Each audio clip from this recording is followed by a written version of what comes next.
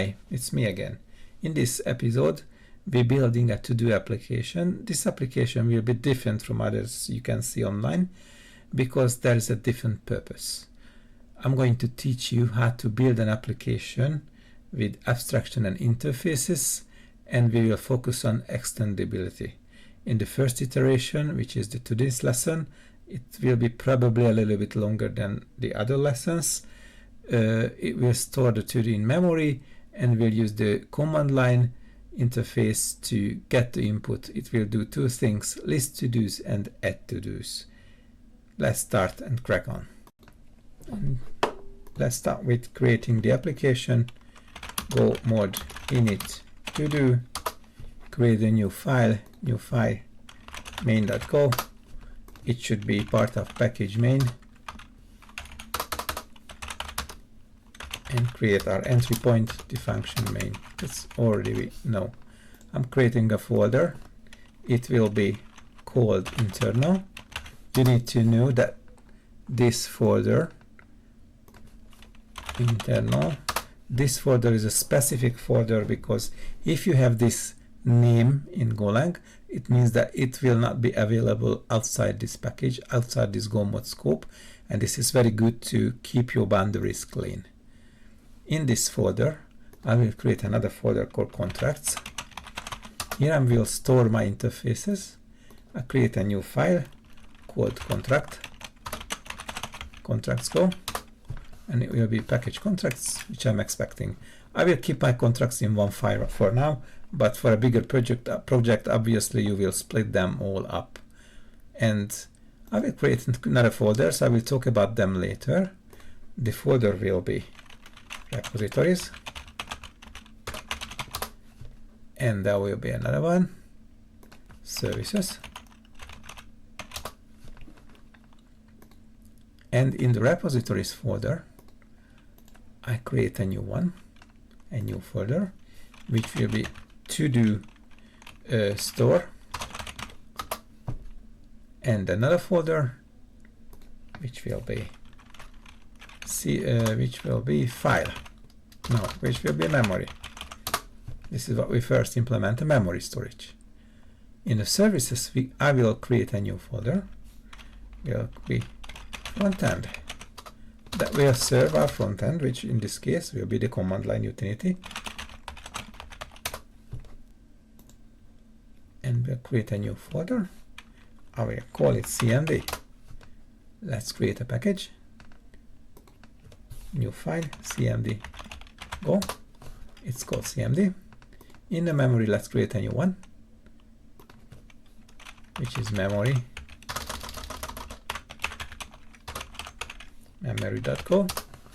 We will put the memory storage here, which will store the to-dos in memory in slices.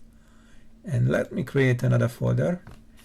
I will call it App Factory, and let's create a new file called App Factory.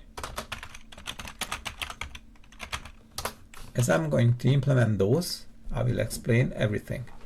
Let's start with the first one, the memory. First, I have to start with a contract. The contract, I have to create a storage, and the storage have to do two things, and I'm going to abstract out with an interface. These two things is list to-dos and add to-do. So let's say type to-do repository is the interface, and this interface will implement two methods. One of them is list, and the list will return a slice of strings. In this small application, I will not care about dates and times and anything else. It's just a list of to-do names and a potential error. That's it. Another one will be add, and I need a to-do, what I'm going to do, which is a string. This is what the function will take, and it will return a possible error. Yeah, that's my first interface, what I will implement. Let's see, we already also created a service, and we need to create a service interface as well. Let's say type, we called it front-end service, so let's call it here front-end service as well, interface, and this front-end service will have one function called run, which will return a potential error. Good. And we need a third one for the app factory. Let's call it type app factory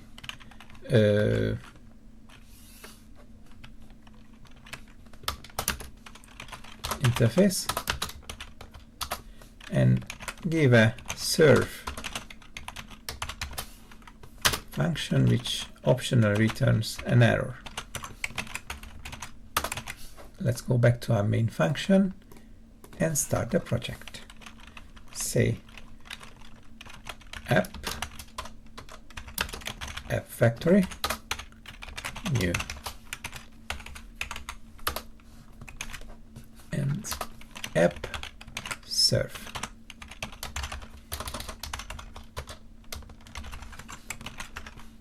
Which will return with an error, and if we have an error,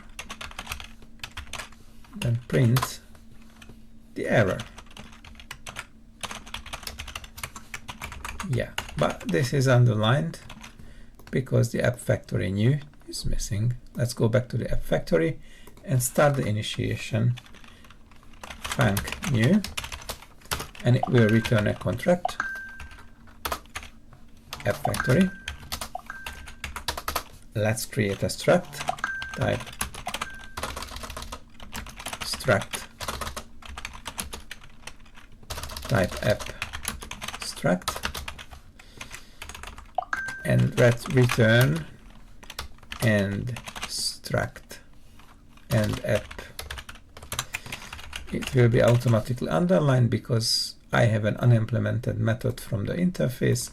I can declare by the right click function, and I keep it unimplemented for now. Let's run the code. Let's see the main go first, if it's happy now. Not really, because I did not finish this correctly. If err not equals nil, then fmt print line error. Try to run it. I will accept an error because this is unimplemented. We have not done anything yet. Okay, let's start implementing the first stuff, which is the repository, memo repository. But first, a few words about repositories. What's repository? Repository is a lower level abstraction, a lower layer, I could say. Usually repositories are communicating directly with like hardware, hard disk, database, and basically it's a lower level abstraction, and we will store in memory, so it will be a factory, it will be a repository. Okay, so let's just create my new repository, start the same way, new func new, and call it's exported new, which will return our contracts.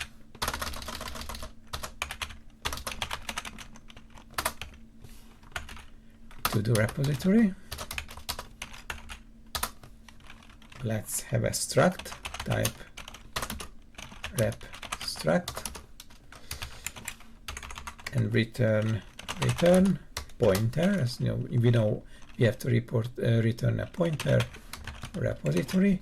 It's unimplemented. Let's do a quick fix and implement the two methods.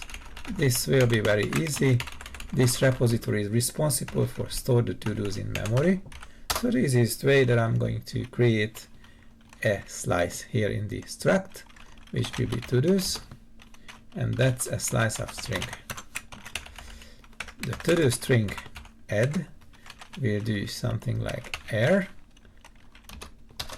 todos equals append add todos to do and return nil, and we'll implement the list, and the list will be just return err todos and nil.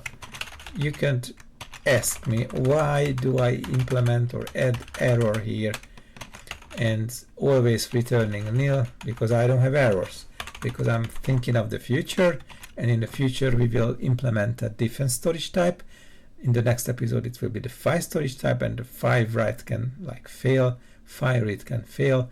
After we will implement a memory storage type, and the memory can not the memory, the database storage type, and the database can be not running, failing, log error, anything can happen. So we will need the error in the future, but for now it's just nil. Yeah, that's perfect. We are happy with this. Then let's go to the next one, the front end command line. Then let's do func new, exported new contracts, and this is the front end service. This will be responsible for serving the front end, which today will be the command line. Then create a struct type. It should be like service and struct and return service struct, which always have to be a pointer if I'm returning with an interface. Let's implement the missing methods, and this is run, which is currently unimplemented. Then let's implement the run method. First thing what I have to do, I need to get an input from the user, and I will get the input from the user until this user will press enter or quit or something like that, and then we will exit the program. We can do that with a forever loop. So I will say for, and let's implement the feature which gets the parameters from the user. User will be able to use this application by typing list. It will list all the to-dos, or add space to do. So I need a function which gets the parameters, two parameters. First one is the command, and second one is the optional to do, for example. So let's create this one. Func s.serve and get cmd line, and I need to get a string. This will be command, another string. This will be the optional or empty, and then error if something goes wrong. What can I use to get input from the user? I can use a package which is a built-in package. It's buff.io, like reader, buff.io new reader. Then I create a reader, and the reader should read from operating system standard input. This is std in. If I have this reader defined, I can read from the user from the command line. I can do the following way: line error, it can return an error, reader, and read string. And I need to provide a parameter which is a delimiter, and this parameter have to be a rune, so I have to put into this single quoting marks and say /n, which mean enter key. So what we'll do, we'll read the line until the user press the enter key. And of course I need to handle the errors. If error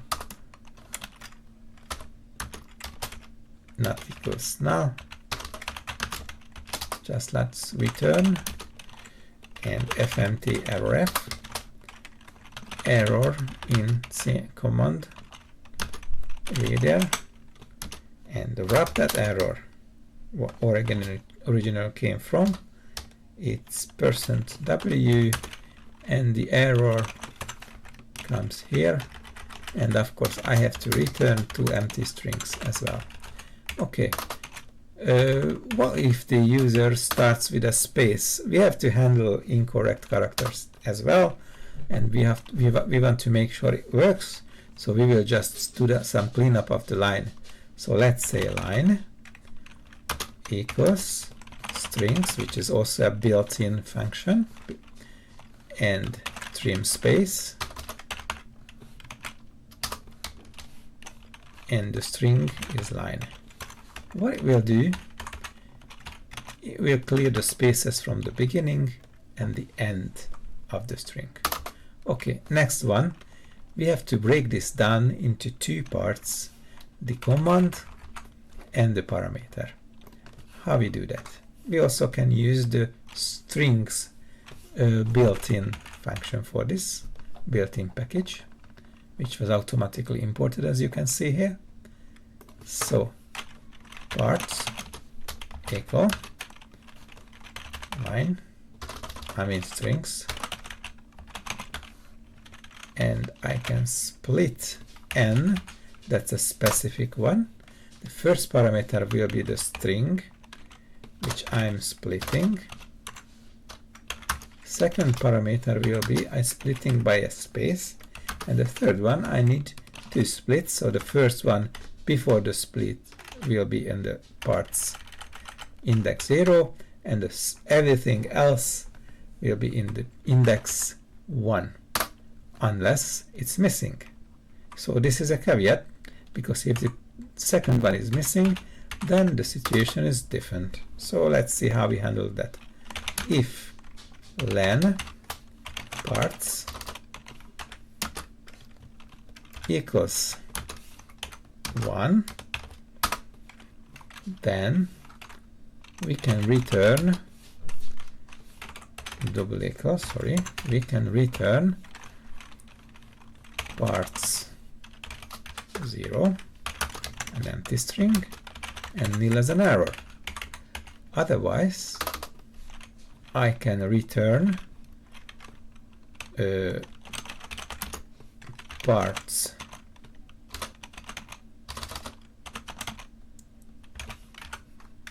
zero as a command, parts 1, and nil as an error. And this one is ready. Now let's just get this used and say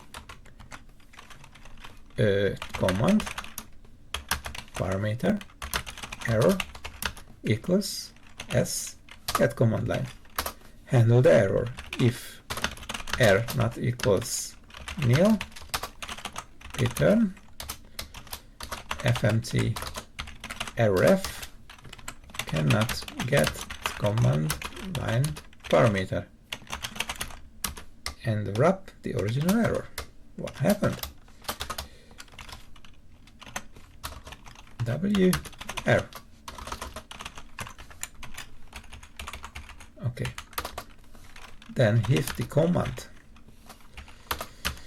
equals, let's say user have to type Q to exit, then return, no, break. I can break from the forever loop.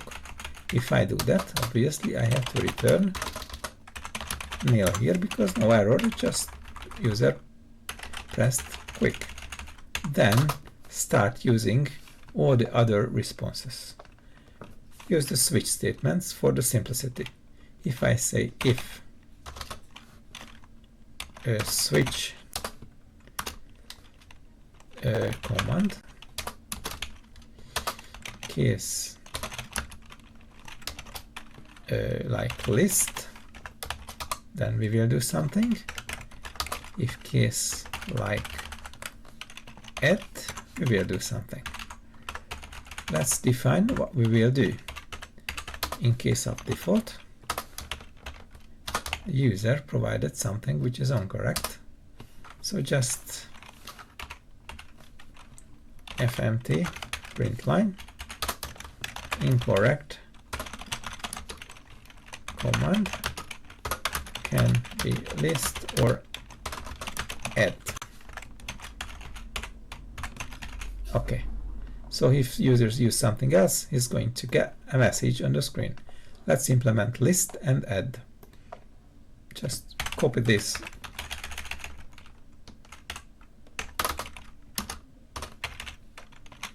List is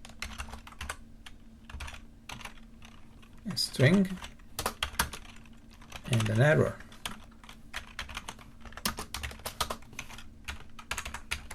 And it's as simple as return. No, it's not as simple, because we missed something very important. For this to be able to run, we need something which is the storage repository, the to-do storage repository. So we do something else here, and to-do storage is contracts. To-do storage repository, we need to take this, add this to-do storage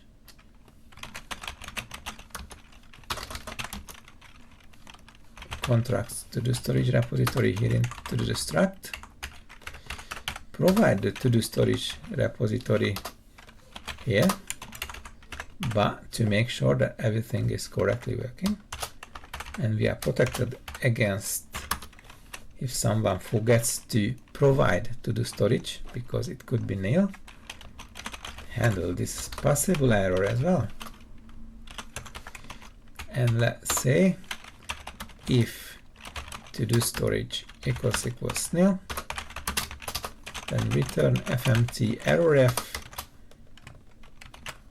cannot, or let's see empty, or even better nil to-do storage repository passed to cmd, and I have the error message, and of course this is the second parameter. First one I can use nil, and of course I have to use nil as well here. So I fixed the issue, and now I can finish up my list and just say to-dos r s to-do storage list. This returns an error and the to-dos. If I have an error, I can safely just, it's not equals nil, I can safely just return this error and a nil. If we have to-dos, I just return to-dos and a nil because we don't have an error. Okay, let's provide a new function. Let's call it add and return with error, and just return s to-do storage add, and this one needs a parameter to-do string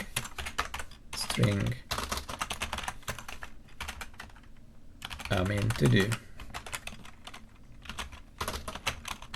A little bit of an explanation why I did that way, because I could use this to-do storage add here in the switch case statement directly, but I couldn't use it so easily, the list, because the list returns different parameters. Because to-do storage add returns an error, I can directly return it here, but I still moved it to an outside function just to keep the same level of abstraction.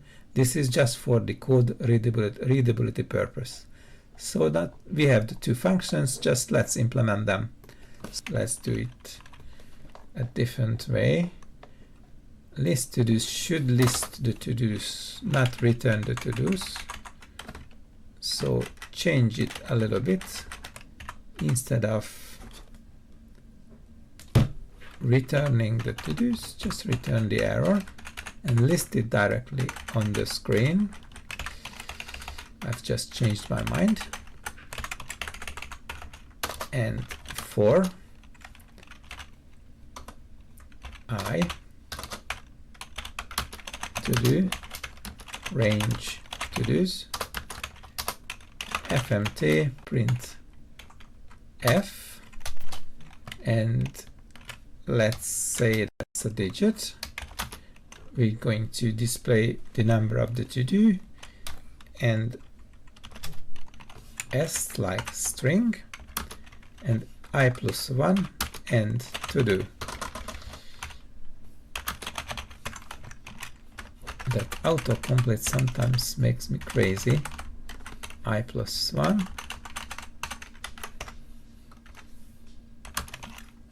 and to do. I did the plus 1 because we know that slices started with 0, and the number 0 before to do would look awkward. So it will be to do will be start from 1, first, second, third to do's.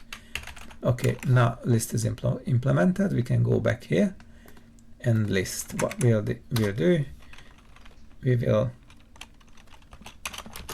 handle error as list if error not equals nil, just return with the error. Handle add error as add. We have a to do which we get the parameter, or to do, let's rename it to do text because it's more accurate. Add to do text, and all the other is the same, just handle the error and return. Yeah, so we have the command line part which will get the user input, and we also have the storage. The only thing what we have to do now is put them together. Okay, I'm not sure if I mentioned you that service. I called it service. Why did I call it service?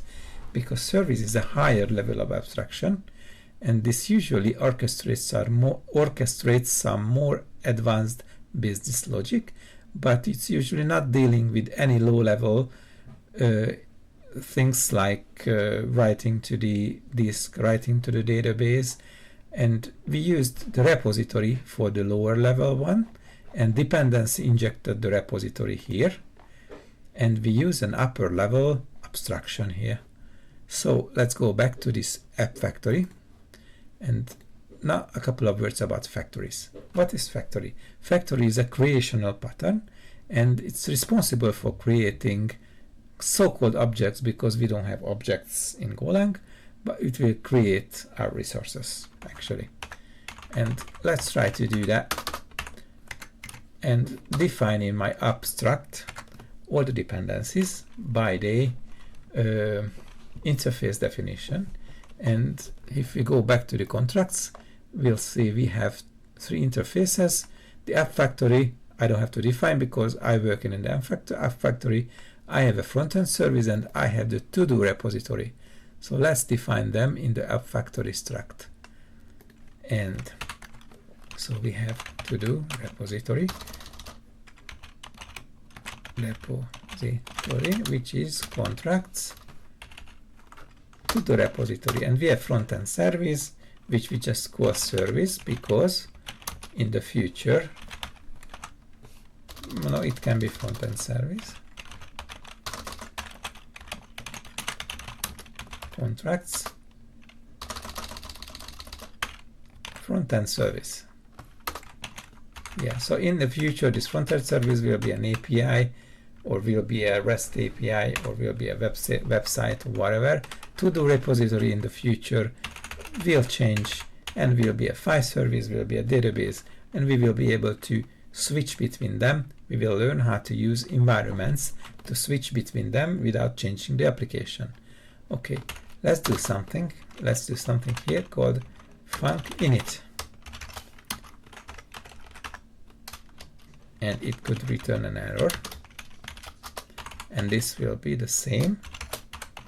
A start app pointer receiver function. What init will be responsible for is create those. First one we have to create is the to-do repository. So if I say it's A, not S, it's just a typing mistake, we should always use the same letter and say A to-do repository and create a to-do repository, which was in our case the memory, and I think it also returns an error. It's in our case the memory new. Let's check if it returns an error. Yes, it returns an error. No, it doesn't. Okay, so that's it. Then let's do the same with the front-end service, a front-end service, and that will be a CMD new, but it requires the to-do service what we created before. So just pass it here. But this one also have an error returned, but because we cannot use this type of declaration because front-end service already defined, we have to define error as an error, and we can just return the error. And we have the initiation. Let's just put that here in it. This will be refactored in the future because we will split this up when we will use the environment variables to decide which service to use. And the last thing what we have to do, that we have to start the front-end service. Front-end service, and run. And I can return. It returns with an error directly. Yeah. So that's it, basically the code. But I wonder if it will work or we made some mistakes. Go run that and say list, and it doesn't list anything. We don't have anything. Add hello list, and I have hello. And incorrect command if I'm not typing anything. Add like shopping and list, and it will list shopping. The only thing which I don't like, that it should have an enter or new line. So probably where we did the display, which was in the command, I have to use a /n for new lines. Let's close it and add hello, add shopping, add cleaning,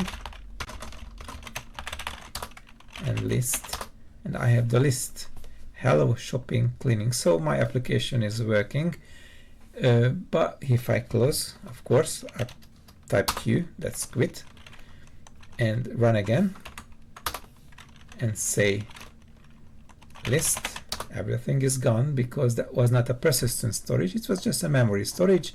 So in the next episode we will create the memory storage, the persistent storage. The first one will be a file, so we will save the to-dos in a file. So if I close the application and open again, I still have all the to-dos which are stored previously. Then later continue with database storage, then we will modify it as a web service, an API, and we will add the front end at the end as well.